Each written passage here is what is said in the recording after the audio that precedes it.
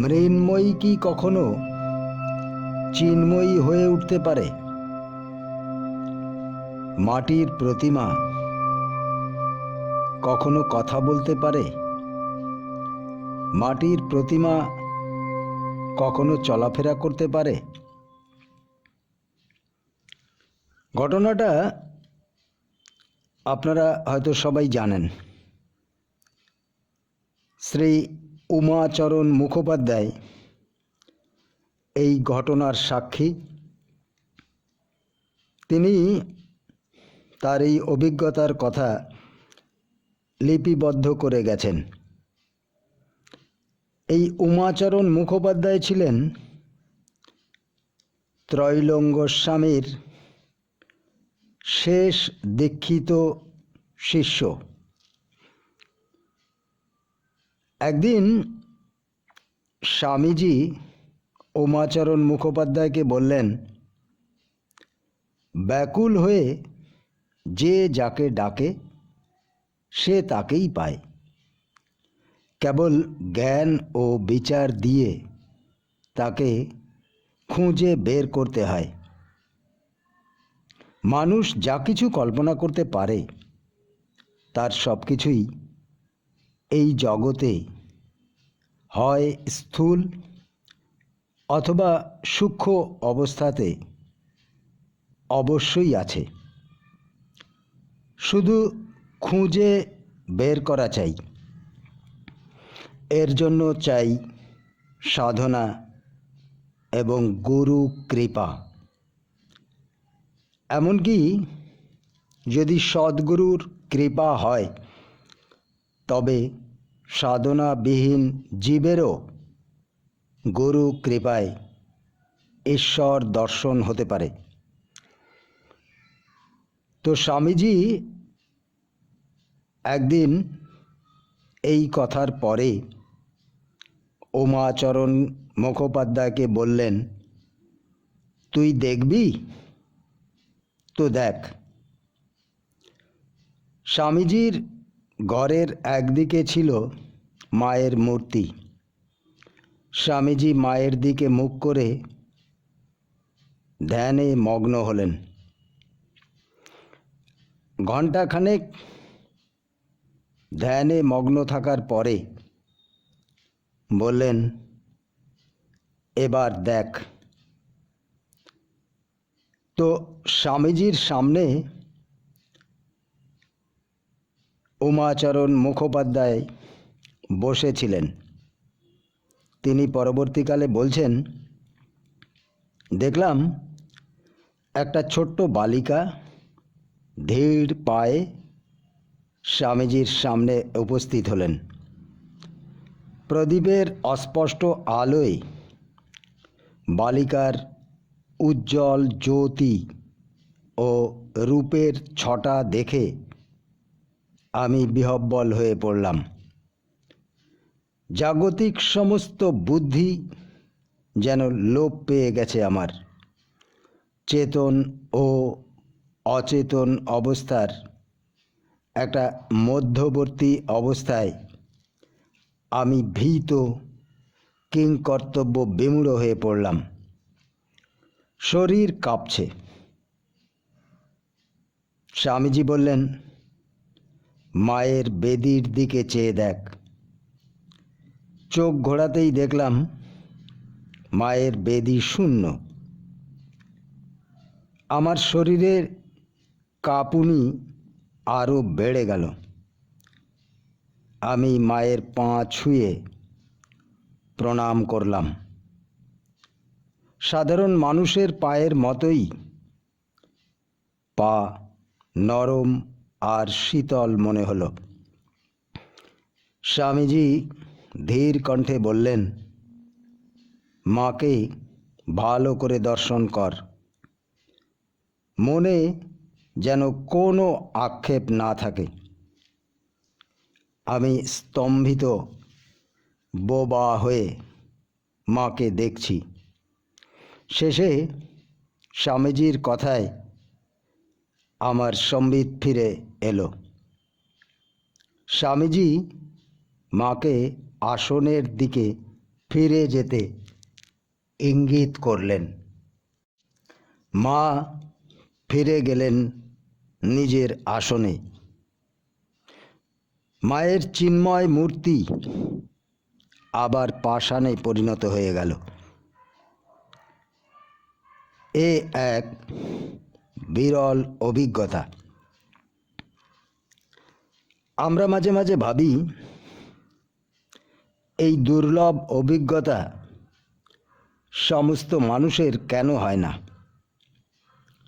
আর সত্যি কি মাটির মূর্তি কখনো জ্যান্ত হয়ে উঠতে পারে?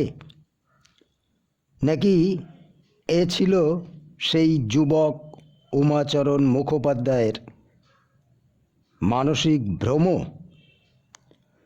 যদি মাটির মূর্তি জ্যান্ত হয়,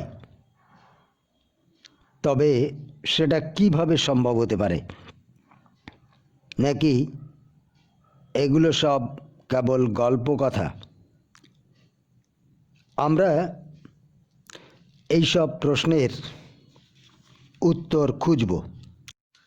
দেখুন, প্রকৃতির জগতে নিয়মের বাইরে কিছুই হয় না। মাটির পুতুল হেঁটে বেড়াবে, নাচবে, গাইবে, মানুষের মতো আচরণ করবে, এটা একেবারেই অসম্ভব। প্রকৃতির নিয়মের বাইরে আমাদের পক্ষে এটা বিশ্বাস করা একেবারেই সম্ভব নয়। প্রকৃতির জগতে এমন অঘটন কিছুতেই ঘটতে পারে না বলে আমাদের ধারণা। কিন্তু মাঝে মাঝে মনে হয়, যেসব গুটিকয় মানুষ এইসব কথা বলে থাকেন, তারা তো মহাত্মা। এই মহাত্মাদের কথায় আমরা অবিশ্বাস করি কি করে? আমরা তো মহাত্মাদের কখনোই মিথ্যেবাদী ভাবতে পারি না। আমরা মহাভারতের অর্জুন ও সঞ্জয়কে দেখেছি। এরা দুজনই ঈশ্বরের বিশ্বরূপ দর্শন করেছিলেন। উমাচরণ বাবু তবুও একটা মাটির পুতুলকে জ্যান্ত হতে দেখেছিলেন। কিন্তু অর্জুন ও সঞ্জয় যখন বিশ্বরূপ দর্শন করেন, তখন সেখানে কোনো মাটির পুতুলও ছিল না। স্রেফ ভগবান শ্রীকৃষ্ণের কৃপায় অর্জুন আর শ্রী ব্যাসদেবের কৃপায় সঞ্জয় এই অতি আশ্চর্য ও ভয়ঙ্কর দৃশ্য দেখেছিলেন। এমনতর বহু কাহিনী আমাদের শাস্ত্র পুরাণে লিপিবদ্ধ করা আছে, যেখানে সাধক ঈশ্বরের মূর্তি দর্শন করেছেন। অথচ আমাদের মতো সাধারণ মানুষের কাছে এগুলো নিতান্তই গল্প, নিতান্তই লেখকের কল্পনা মাত্র। সত্যি কি এসব হতে পারে? প্রথমেই বলি, এই ধরনের আশ্চর্য ঘটনা, আশ্চর্য নয়, অতি আশ্চর্য ঘটনা দুটো কারণে সংঘটিত হতে পারে। এক হচ্ছে সদ্গুরুর কৃপায়, আর এক হচ্ছে নিজ সাধন বলে। আর এই দুটোই অর্থাৎ কারুর সাধন বল এবং সদ্গুরুর কৃপা যদি একত্রিত হয়, সেখানে এই ধরনের ঘটনা সাবলীলভাবেই হতে পারে। কিন্তু কেমন করে? দেখুন, জীব যখন মায়ের পেটে থাকে তখন 44 দিনের আগ পর্যন্ত তার মধ্যে কোনো চেতনা শক্তি থাকে না, কোনো প্রাণের স্পন্দনও থাকে না। কারুর কারুর ক্ষেত্রে অর্থাৎ কোনো শিশুর ক্ষেত্রে এটা 90 দিন পর্যন্ত বর্ধিত হতে পারে। সাধারণত 44 থেকে 49-50 দিনের মধ্যেই শিশুর মধ্যে বা শিশুর শরীরের মধ্যে মায়ের প্রাণবায়ু প্রবেশ করে থাকে। আর প্রাণবায়ুর সঙ্গেই থাকে চৈতন্য শক্তি। তো চৈতন্য শক্তি ও প্রাণবায়ু যেহেতু ওতপ্রোতভাবে জড়িয়ে থাকে এবং মায়ের মধ্যে যেহেতু চৈতন্য শক্তি ও প্রাণবায়ু আছে, তাই শিশুর মধ্যেও এই প্রাণবায়ু ও চৈতন্য শক্তি 44 থেকে 50 দিনের মধ্যে, কোনো ক্ষেত্রে 84 দিন থেকে 90 দিনের মধ্যে অবশ্যই সেই শিশুর শরীরে প্রবেশ করে। এরপরে শিশু বা শিশুর শরীর যখন মায়ের গর্ভ থেকে বাইরে বেরিয়ে আসে, তখন সে মায়ের প্রাণবায়ু থেকে বিচ্ছিন্ন হয়ে পড়ে। আর ঠিক তক্ষুনি তার নিজস্ব প্রাণক্রিয়া শুরু হয়। কোনো ক্ষেত্রে দেখা যায় এই প্রাণক্রিয়া শুরু হতে দেরি হয়। যদি কোনো কারণে শিশু মায়ের গর্ভ থেকে বেরিয়ে আসার পরেই প্রাণক্রিয়া শুরু না হয়, তখন ধরে নিতে হবে শিশুটি অসুস্থ, এমনকি মৃতও হতে পারে। তো এই যে শরীর যার মধ্যে প্রাণক্রিয়া নেই বা শুরু হয়নি, এটি তখন বস্তু বলে মনে করা যেতে পারে। আর এই সময় অর্থাৎ শিশু মায়ের পেট থেকে বেরিয়ে আসার পরেই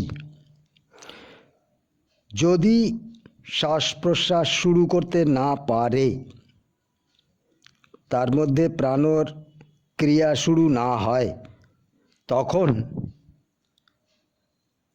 ধাই বা হাসপাতালের নার্স শিশুর ফুসফুসকে কার্যকরী করবার জন্য শিশুর মুখে বা তালুতে মুখ লাগিয়ে তার শরীরে বাতাস প্রবেশ করাতে চেষ্টা করে।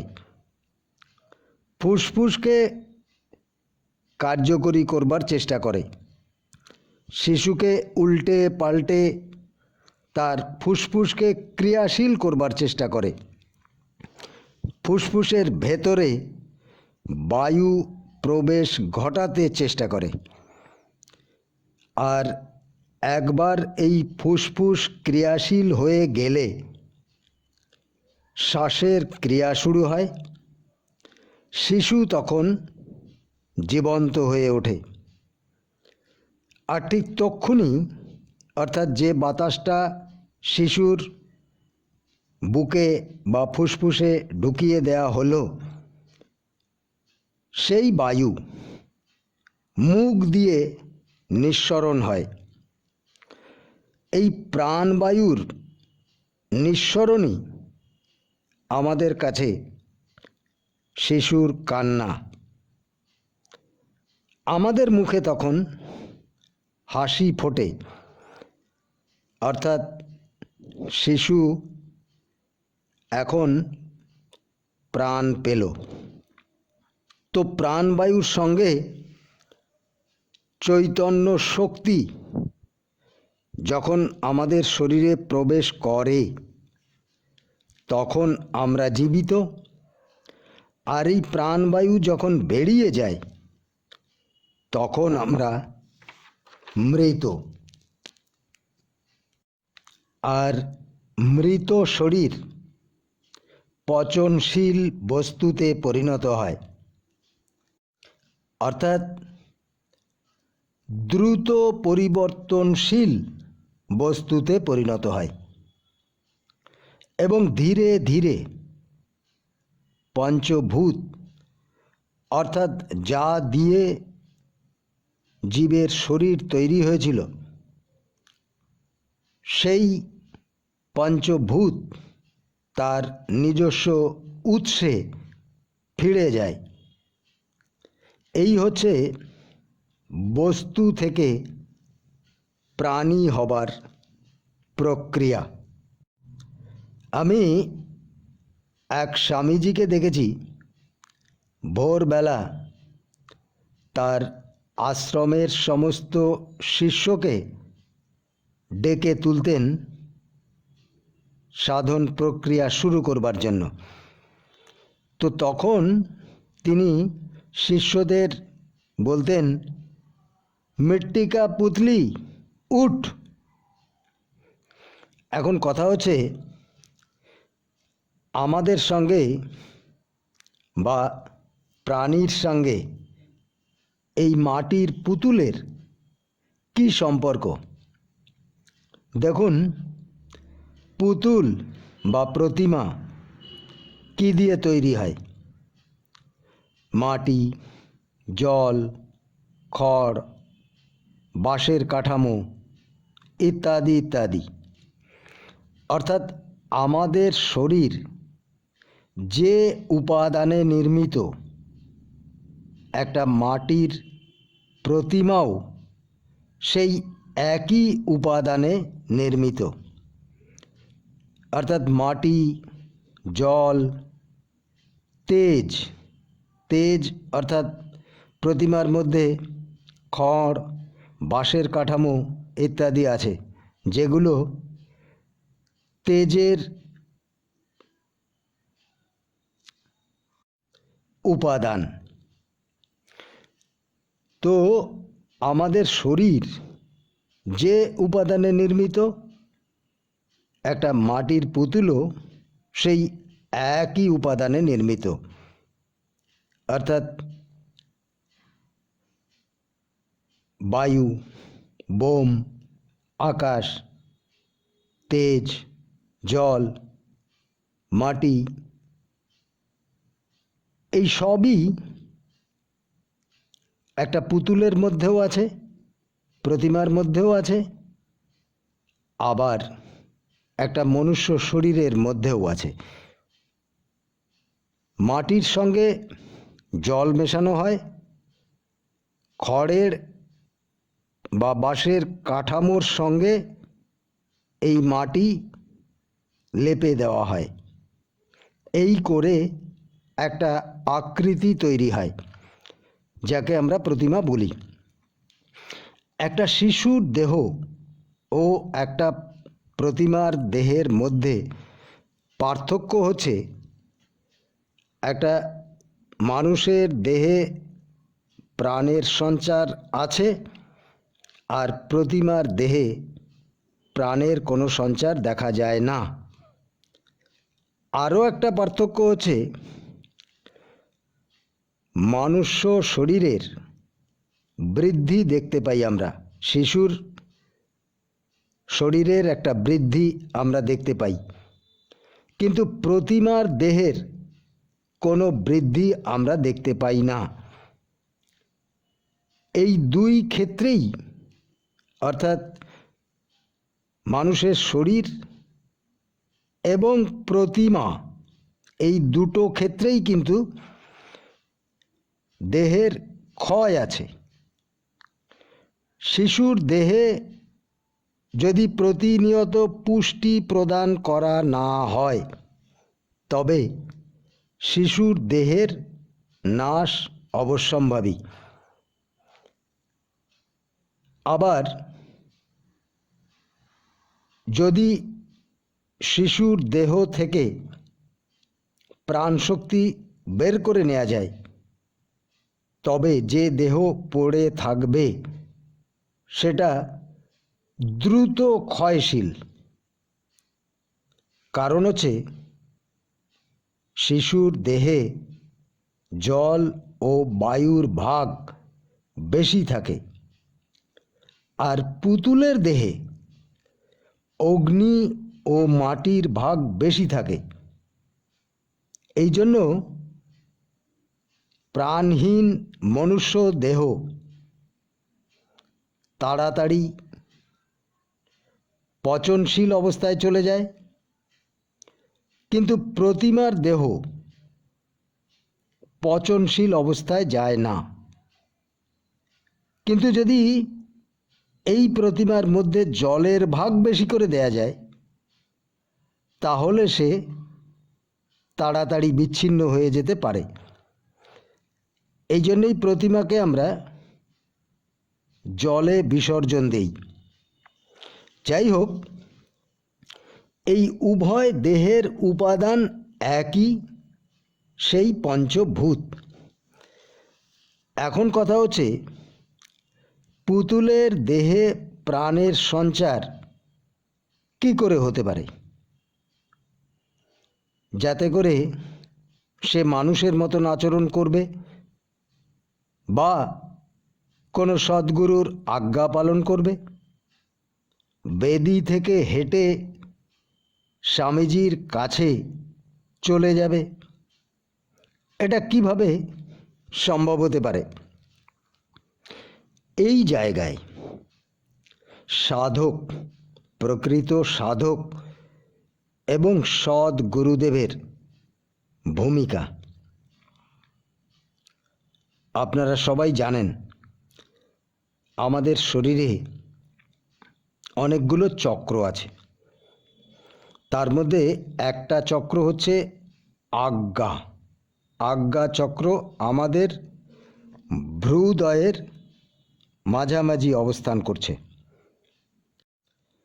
কোনো সাধকের আজ্ঞা চক্র যখন ক্রিয়াশীল হয়ে যায় তখন তিনি যাকে যা নির্দেশ করেন তা সে মানতে বাধ্য থাকে।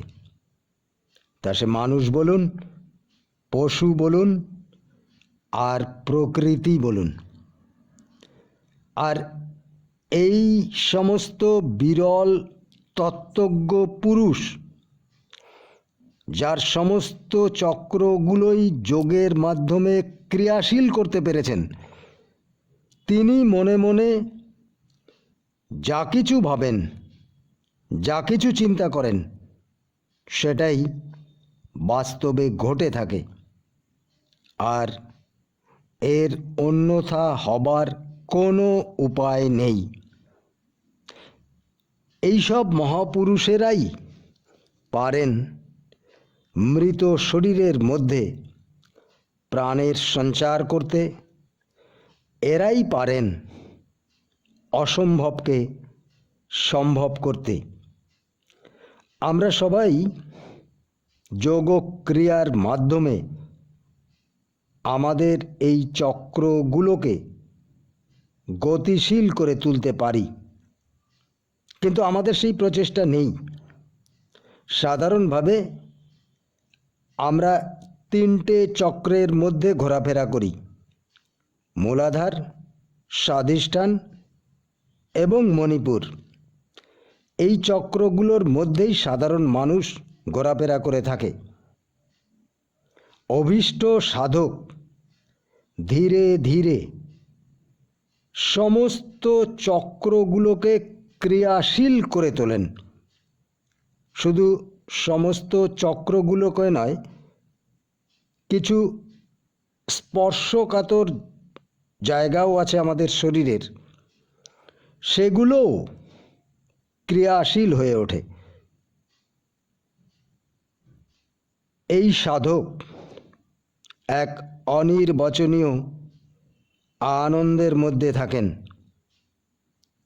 এই সাধক অলৌকিক ক্ষমতার অধিকারী হন।